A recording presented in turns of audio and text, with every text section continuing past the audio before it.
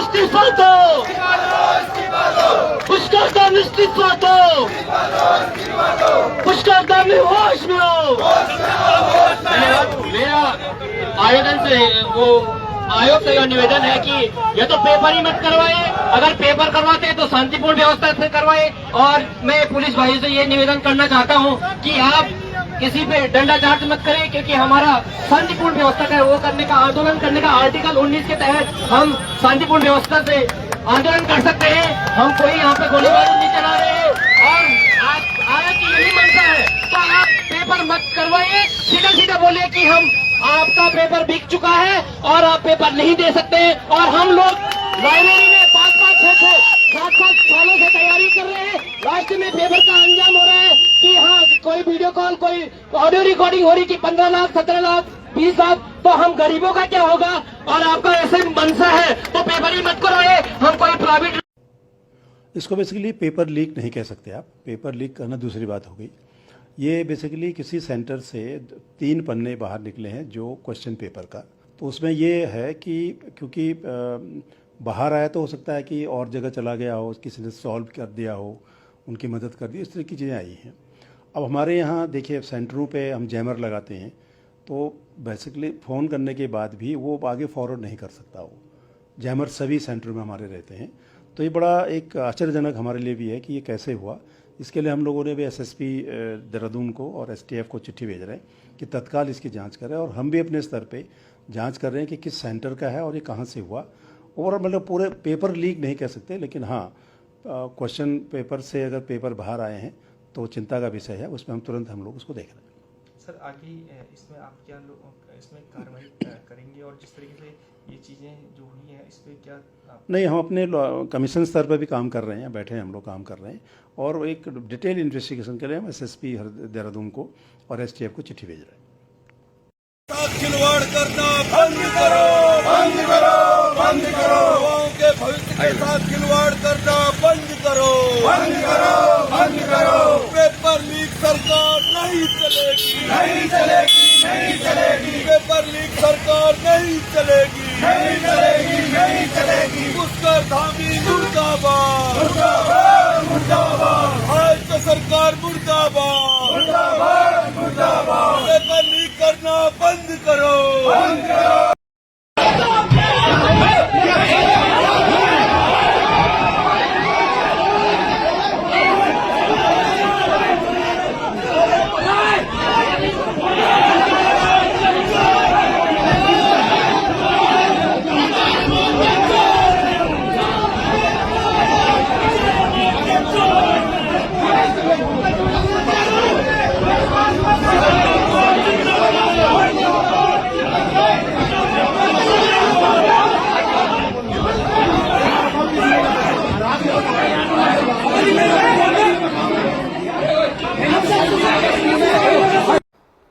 आज स्नातक परीक्षा को लेकर दोपहर में करीब 1:15 बजे से लेकर 1:30 बजे के बीच सोशल मीडिया में कुछ ऐसी पोस्ट वायरल हुई थी जिसमें ऐसा था कि उसमें कुछ पेपर जो है 11:30 बजे के करीब जो है कहीं लीक हुआ था, जिसके 2-3 पन्ने जो है स्क्रीनशॉट शेयर किए गए थे। क्योंकि जैसे ही ये सूचना प्राप्त हुई, पुलिस द्वारा भी इसमें स्पेशल टीम बना दी गई थी जांच के लिए, जिसमें एसटीएफ हो, हमारी सिविल पुलिस हो, सभी लोग की एक टीम बनाकर इसकी जांच की गई। इस पूरे जांच के क्रम में यूके SSS से भी एक प्रार्थना पत्र प्राप्त हुआ था, जिसको इंक्लूड किया गया कि इसमें जांच करके कार्रवाई की जाए। और प्राथमिक रूप से जांच करने के बाद पता चला कि यह एक सुमन नाम की जो लेडी असिस्टेंट प्रोफेसर है, इनके पास यह पहुंचा था, और ये कहते हुए कि इसमें आप 15-20 क्वेश्चन है, और जो कोई खालिद नाम के व्यक्ति जिनसे उनका परिचय था, उनकी बहन के द्वारा किया गया था कि इसमें हम इसके आंसर जानने। और जब उनको थोड़ा सा शक हुआ तो उन्होंने पूछा भी कि ये क्वेश्चन पेपर कहाँ से आया, क्योंकि इसमें कुछ OMR की शीट की भी फोटो दिखाई दे रही है, और उन्होंने इसके स्क्रीनशॉट सेव कर लिए। साथ ही साथ उनके द्वारा जो है इसमें यह भी बताया गया कि उन्होंने और लोगों से कंसल्ट किया और पुलिस में इसकी कंप्लेन देने की बात कही, चूँकि उनको शक हो गया था कहीं ना कहीं कुछ गड़बड़ है, और उनको ट्रैप में फंसाकर ये 15-20 क्वेश्चन के आंसर पूछे गए हैं, जो उनके हस्तलिखित में वापस भी किए गए थे। लेकिन कुछ संगठनों द्वारा, विभिन्न लोगों द्वारा उनको कहा गया कि इस मैटर को वो स्वयं देखेंगे, और इसके द्वारा उनके द्वारा पुलिस को शिकायत नहीं की गई। चूँकि अब पूरी चेन में हमने कनेक्ट कर लिया है इस पेपर को, जो खालिद नाम का व्यक्ति जो खुद भी एक परीक्षार्थी जैसा अभी पता चला है बैठा था, उसने अपनी बहन को ये फ़ोन अपना उपलब्ध कराया था, जिसके माध्यम से इनके जानने वाले तक ये पेपर पहुंचा था, पेपर के कुछ क्वेश्चन पहुंचे थे, और जिसमें उनके आंसर की बात कही गई, जो आंसर दिए गए। तो कहीं ना कहीं जहाँ से हमें लेकर उस आंसर को सॉल्व किया गया। अभी तक पूरी इंक्वायरी और इन्वेस्टिगेशन में कहीं भी कोई संगठित रूप से कोई गैंग हो या ऐसा कोई षड्यंत्र हो, क्योंकि जिस हिसाब से पेपर को सॉल्व करने के लिए एक महिला को घुमा फिरा कर इनडायरेक्टली क्वेश्चन का आंसर पूछे गए, तो ये प्रतीत होता है कि कहीं ना कहीं ये एक इंडिविजुअल मैटर था। अब इन्वेस्टिगेशन में बस एक चीज़ जाननी रह गई कि सेंटर से कैसे वो 2-3 स्क्रीनशॉट जो है खींचकर भेजे गए, क्योंकि ये लगता है कहीं ना कहीं सेंटर पर जो इन्विजिलेटर या अन्य जो कर्मचारी काम करते हैं वहाँ पर, वो कहीं ना कहीं कॉम्प्रोमाइज़ हुए और इस माध्यम से जो है परीक्षार्थी द्वारा ये 3-4 पेज के कुछ क्वेश्चन जो भेजे गए।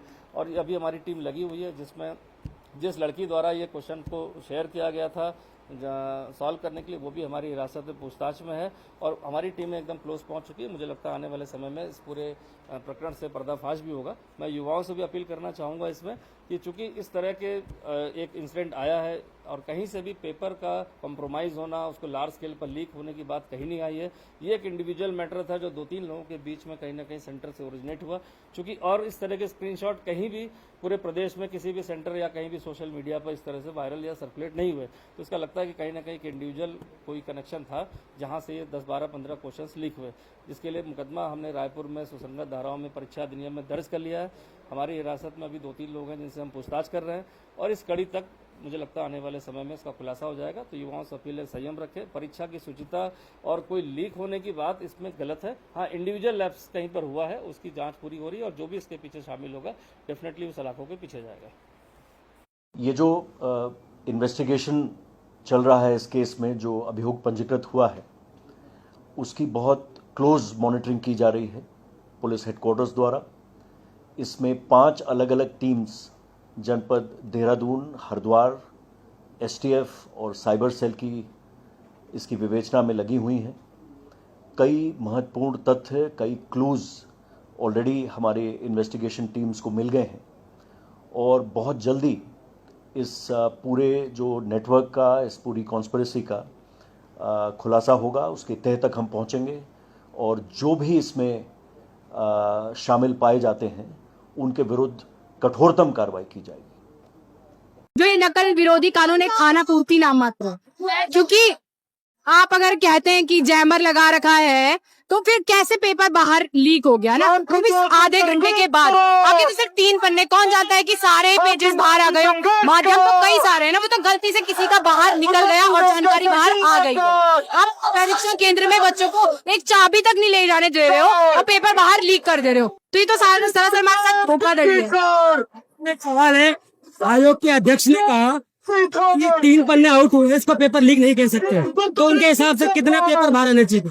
भाई उनके हिसाब से कि 3 ही पन्ने आए तो मतलब नहीं। किसी बच्चे को मान लो 60 नंबर आ रखे हैं, वो पेपर लीक जिसके पास हुआ है, इन 3 पन्नों में अगर मान लो 10 क्वेश्चन थे तो 10 क्वेश्चन उसके सही हुए, वो तो 70 नंबर ले आया ना, तो सिलेक्शन उसका हो गया। हमारे 60 आ रहे, हम तो बाहर हो गए ना।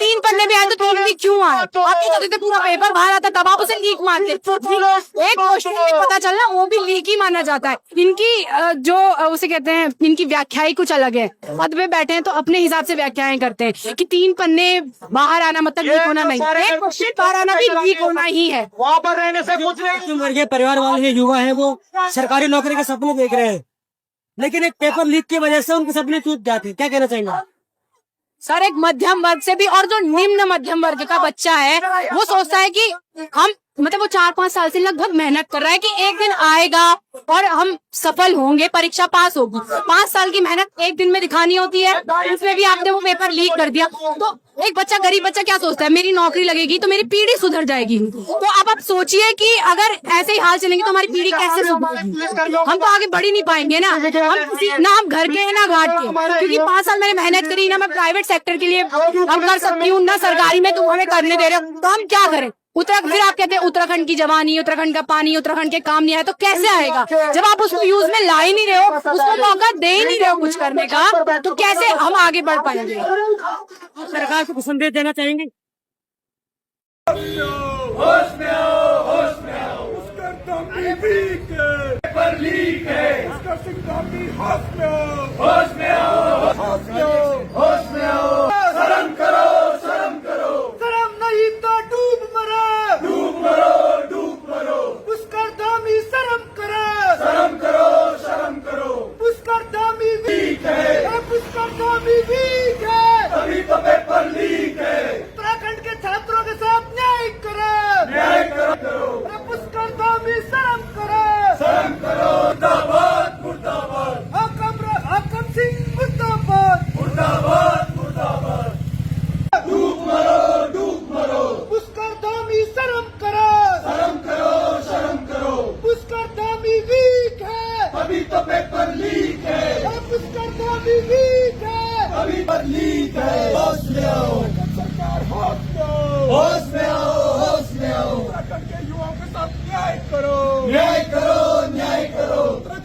महिलाओं को पीड़न करनी ठीक है, तभी तो पेपर लीक है, इसका तभी लीक है, तभी तो पेपर लीक है, इसका तभी शर्म करो, पीछे पीछे शर्म करो, पीछे भैया शर्म करो, शर्म करो, शर्म करो, उसका तभी लीक है, तभी तो पेपर लीक है, उसका तभी लीक है, तभी तो पेपर लीक है, उसका तभी लीक है, तभी तो पेपर लीक है, सरकार शर्म करो, शर्म करो, शर्म करो, सरकार शर्म करो, शर्म करो, शर्म करो, बंद करो, पेपर लीक है, सरकार शर्म करो, शर्म करो, शर्म करो, सरकार शर्म करो, शर्म करो, शर्म करो, बंद करो, बंद करो, बंद करो,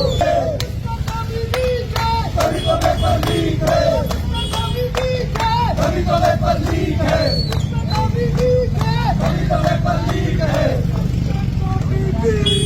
तभी तो पेपर लीक है, तभी तो पेपर लीक है, तभी तो पेपर लीक है, तभी तो पेपर लीक है, होश में आओ, होश में।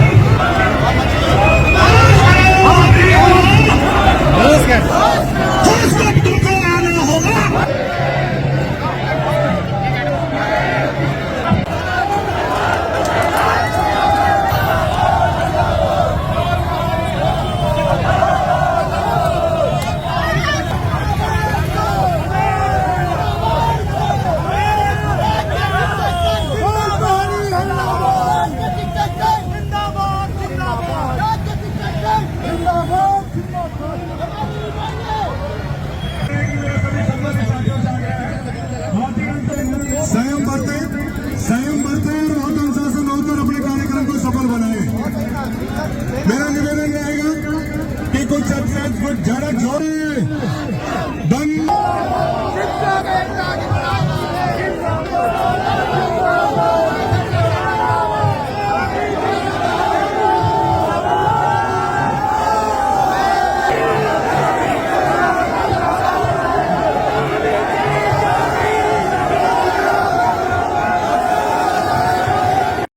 वो सर मेरा वो है ना एग्जाम है अभी 21 तारीख को ना। हाँ पता है, तो आप डायरेक्टली उसमें कॉल करो ना यार। एकदम आप कॉल करके बोल रहे हैं कि सर मैं व्हाट्सएप कॉल कर सकता हूँ आपको, ये गलत है ना, ऐसा नहीं बोलना चाहिए। नहीं तो मैंने पूछ लिया, क्या पता नहीं, आप जब भी ऐसा होता है तो आप मैसेज डाल दिया करो, सर अर्जेंट कॉल भी, तो मैं अब व्हाट्सएप कॉल कर दिया करो। काफी टाइम हो गया ना पेपर देते देते, पिछली बार भी नहीं हो पाया मेरा तनिक सहायक में ना। कितने नंबर से रहे? उसमें तो 3 नंबर से रह गया था मेरा। पक्का? और अभी क्या कर रहे हैं प्रेजेंट टाइम में? अभी मतलब तैयारी कोचिंग वगैरह कर रहे हैं? हाँ अभी तो तैयारी है। कभी शायद में 3 नंबर से रहे थे। 3 नंबर से रह गया था तो भी बोल रहा यार था। इसमें है तो है, पर इसमें वो है 15 लाख रुपए है इसमें, मैंने बोला तो था। अच्छा कम कुछ हो जाएगा कुछ? अरे कुछ नहीं है भैया, कम कहाँ, कम के चक्कर में तो फंस गए थे लोग जब ज्यादा लड़के भरे। कम लड़कों में ज्यादा बजट में कर रहे। अच्छा चलो तो फिर है ना। हाँ कम लोगों को लेंगे, ज्यादा पैसे खाते, तो ज्यादा लोग ना भरने पड़े, समझ गए? अच्छा पहले तो ये काम 12 में होता था। हाँ लेकिन अब बढ़ा दिया ना। अब ये है कि लड़के ज्यादा नहीं भरने, 2 4 5 भरने बस। अच्छा तो ठीक है सर, अगर कहाँ मिलूँ मैं आपको आके वहीं से आप हो कहाँ? ये तो सर मैं अभी यहाँ इधर आ रखा हूँ, ये ध्रुवपुर की साइड, कोटद्वार में ही हूँ, ध्रुवपुर में। तो आपका एग्जाम कहाँ है? मतलब कहाँ से भर रखा है? देहरादून? हाँ, देहरादून से भरा है। देहरादून से भर रखा है?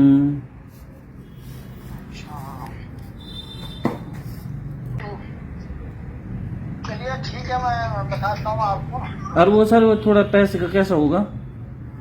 वो तो कैश होगा भैया, सारा पूरा कैश होगा? अगर आप पैसे ला देंगे, पूरा कैश लाना पड़ेगा। अच्छा, फिर ये भी तो है, डर भी तो है कि अगर पैसे ले लिया और काम भी नहीं हुआ तो रिटर्न हो जाएगा भाई वापस। ये है ना, कैश की तो कोई कुछ भी नहीं होता फिर। यार तो रिस्क तो लेना पड़ता है भाई, बिना रिस्क से कहाँ चलता है काम, बताओ। रिस्क नहीं लेंगे तो फिर कैसा होगा? रिस्क है, लेकिन फिर भी कोई गारंटी तो होगी। गारंटी वारंटी बोल तो दिया कि और अच्छा अच्छा, हो जाएगा, कोई ऐसी दिक्कत की बात नहीं है। पर ये है कि इसका कोई वो नहीं कि कोई हम चेक लेंगे या कुछ नहीं, सीधे कैश देना होगा बस, प्रवेश पत्र और कैश। अच्छा, एडमिट कार्ड है। अच्छा, तो आप वहीं जाऊंगा फिर, है मैं मिलने के लिए? तो कहने का मतलब ये कि आप तैयारी में होगे कि नहीं हो, ऐसा नहीं कि अपनी भी टूर आए लास्ट में हमारी भी। नहीं नहीं, मैं काफी तैयारी में हूँ मुझे तो बहुत टाइम हो गया। ऐसा नहीं होगी सारा कुछ गड़बड़ हो गया तो वो वाली बात हो गई जिस समय वो टॉपर से पूछा गया कि कुछ नहीं आ रहा। ना 4-5 साल हो गए मुझे तो करते हुए। अब जनरल कैटेगरी में तो कहाँ होता है तब। हाँ, जनरल में तो नहीं होता, लेकिन 5-6 साल अगर हो गए तैयारी करते हुए हाँ तो ठीक है। तेरा होगी नहीं, ऐसा कुछ नहीं लास्ट है। में जो है चुगली कर दे, इसका कैसे हुआ? हाँ, ये भी है। भाई पड़ोस में तो रहता ही है ना। हाँ, तो रहती है हर किसी के कांड में। ना वो तो सबको पता है कि भाई इतने साल से तैयारी कर रहा है। हाँ, तो अगर तैयारी कर रहे हैं तो ठीक है, भाई तैयारी नहीं कर रहा तो फिर नहीं, ऐसा कुछ नहीं हमारी है। कोई गारंटी नहीं। ना ऐसा कुछ नहीं है। वो तो लग जाएगा पता कि कितनी तैयारी कर रहे हैं, क्या है कैसा। हाँ, अब ऐसा नहीं तो उस पर होगा कैसे, मतलब होगा ये कि देहरादून आ जाओ, हाँ। कैश दे देना मुझे। अच्छा, देहरादून आपसे मिलवा के? मिलना नहीं है, मैं तब अगर कैश है तो भी मिलूंगा, ऐसे नहीं मिलूंगा भाई। ठीक है, हम पहले बता देता हूँ। ठीक है, आ जाऊंगा मैं। मतलब लेकिन वो भी तब मिलूंगा तो मुझे कि 2 आप अब ऐसा नहीं हो सकता पेमेंट का, जैसे कि पेमेंट का ऐसा नहीं हो सकता जैसे आधे आप अभी ले लो आधे बाद में? नहीं, वो चक्कर ही खत्म कर दिया ना भाई, वो तो खत्म है पूरा चक्कर। अब तो है कि पूरा ले लेंगे और नाम आ जाएगा, हो जाएगा तुम्हारा, उसमें क्या है। अच्छा नहीं होगा तो रिटर्न हो जाते हैं, उसमें वो थोड़ा है कुछ। और वो मुझे वो जैसे मेरे 3-4-5 नंबर से रुकता है, कभी आबकारी में भी रुका था मेरा, तो उसमें कुछ क्वेश्चन बताएंगे क्या आप मुझे, मतलब जैसे 5-10 क्वेश्चन? कुछ नहीं, अरे अब नहीं है भाई क्वेश्चन, ज्यादातर चांस वो है कि अंदर ही जितना तुम्हें आएगा तुम गोले भर देना, बाकी हम अपने आप करवाएंगे अंदर। अच्छा, अंदर से ही होगा। मतलब अगर मैंने पैसे दे दिया उसके बाद नहीं हो पाया तो? फोन स्पीकर में है क्या आपका? नहीं, फोन खराब है ना मेरा, ये टूट गया।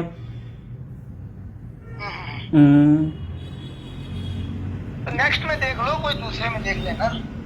अरे सर मैं बहुत परेशान हूँ भाई, रोना भी नहीं आ रहा इस समय तो। परेशानी का समाधान हो जाएगा, क्यों परेशान हो रहे हो? अभी नेक्स्ट भी तो आ रही है, मई में है एग्जाम, तो आते रहते हैं, क्या दिक्कत है? मई में तो शायद कनिक सहायक की आ रही है ना?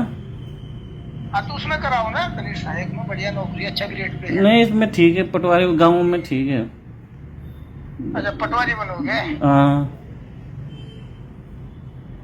तो फिर मैं आता हूँ, फिर कैश लेके ना आप मुझे बताए ना। हाँ, कैसे मिलना है आप बता देना मुझे। तो यार मैं तो कल जा रहा हूँ, आप तो कैश लेने के लिए तो टाइम। अच्छा, एक चीज और भी है भाई, कैश का कैसा करेंगे आप, कैसे निकालेंगे कैश, मुझे ये बताओ। नहीं तो आप टाइम तो दोगे मुझे कैश निकालने का ना, इंतजाम तो करूंगा मैं थोड़ा। मैं दूंगा, लेकिन निकालेंगे कैसे, मैं वही तो पूछ रहा हूँ, निकालोगे कैसे? नहीं, मैं तो अपने जैसे भाई वगैरह से ले लूंगा ना, भाई से, जीजा जी से वगैरह से लोगे, अपने भाई से। ट्रांजेक्शन कल के दिन कुछ जांच बैठ गई तो तुम्हारी तो पूरी ट्रांजेक्शन खुल जाएगी ना भाई। अगर कोई चुगली भी करता है तो उस आदमी की गुप्त जांच होती है पहले, एकदम नहीं पकड़ते किसी को भी।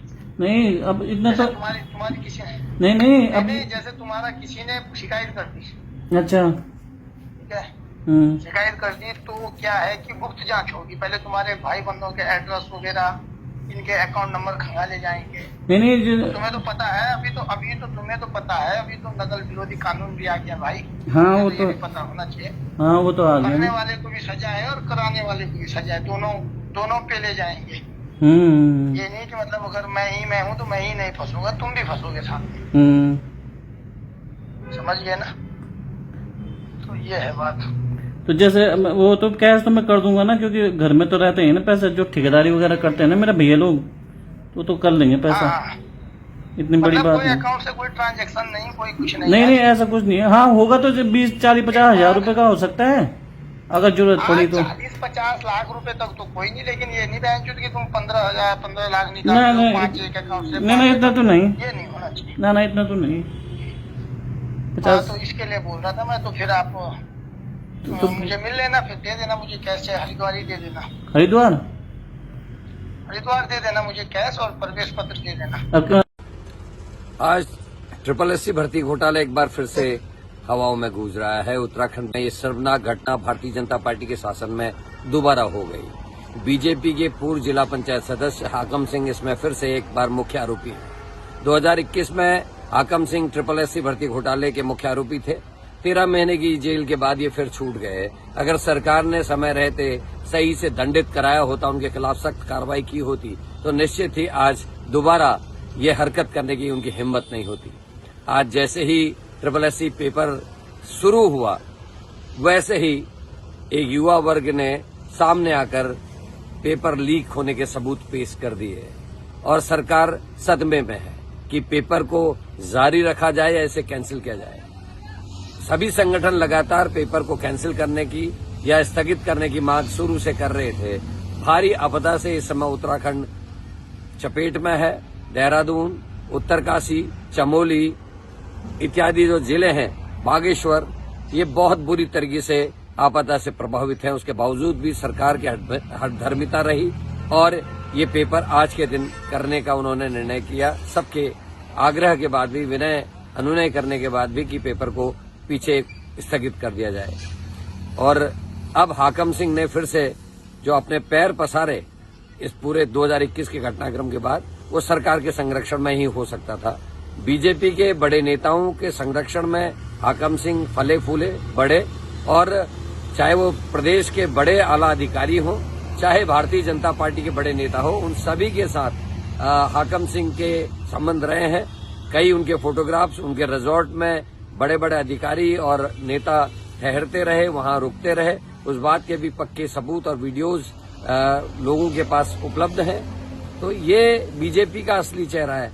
मामला हाकम सिंह का नहीं है, मामला है सरकार का, और सरकार से जुड़े हुए नुमाइंदे किस तरीके से पेपर लीक कर रहे हैं, किस तरीके से व्यभिचार कर रहे हैं, किस तरीके से जमीनों के घोटालों में सम्मिलित हो रहे हैं, किस तरीके से प्रदेश में खनन माफिया हावी हो गया है।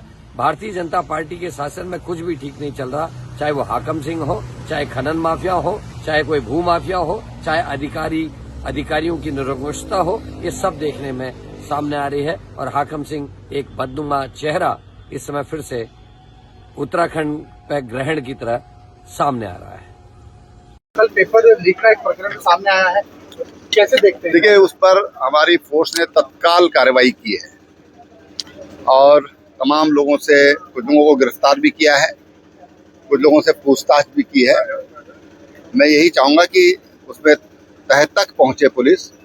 आखिर इनके हौसले इतने बुलंद क्यों हैं कि इतना सख्त कानून यहाँ पर बना है, उसके बाद भी अगर कोई हिम्मत करता है या दुस्साहस करता है तो उस पर तह पर जा करके और उनके लिए कोई स्थायी इलाज होना चाहिए। क्या इसके पीछे कोई बड़ा गिरोह हो सकता है? एक ही को भी देखो, इस काम को कभी भी सिंगल नहीं कर सकता कोई भी, इसमें गिरोह ही होते हैं। उस गिरोह के स्रोत को और उस गिरोह के जो भी बंदे हैं आगे उन तक पुलिस को पहुंचना चाहिए। परीक्षा सुरक्षित हो, उसके लिए क्या कदम उठाएंगे? हर घटना के बाद कुछ सीखा जाता है और जो कमियां इस समय नजर आई होंगी या कोई लापरवाही, जैसे उसकी कॉपी बाहर आई है, पेपर की कॉपी बाहर आई है, इसका मतलब सीधा सीधा है वो अंदर से बाहर आया है तो उस सोर्स तक पहुंचने की जरूरत है। और जिस बंदे ने लापरवाही की है, जिसके कारण कोई वहां मोबाइल ले जा पाया या कैमरा ले जा पाया, ये उनके लिए चुनौती है। उनको भी पकड़ा जाना चाहिए ताकि आगे से कोई इस तरह की हिमाकत न कर सके। इस तरह के मामले हो रहे हैं, लगातार एक के बाद एक मामले हो रहे हैं, क्या कहेंगे? अब देखिए, इस तरह के मामले होते हैं तभी कानून बनाए जाते हैं, तभी इस तरह के पुलिसिंग की व्यवस्था होती है। तमाम तरह की उसके इस तरह की घटनाएं न हों, उसके लिए तमाम तरह की व्यवस्थाएं सरकार करती है। लेकिन ऐसा लग रहा है कि जैसे बोलते हैं ना, पुलिस और चोर में डाल पात का दौड़ होती है, उसी तरह का लग। कानून तो हमेशा बने रहे हैं। कानून इसीलिए बनाने की जरूरत पड़ी किस तरह से होता है।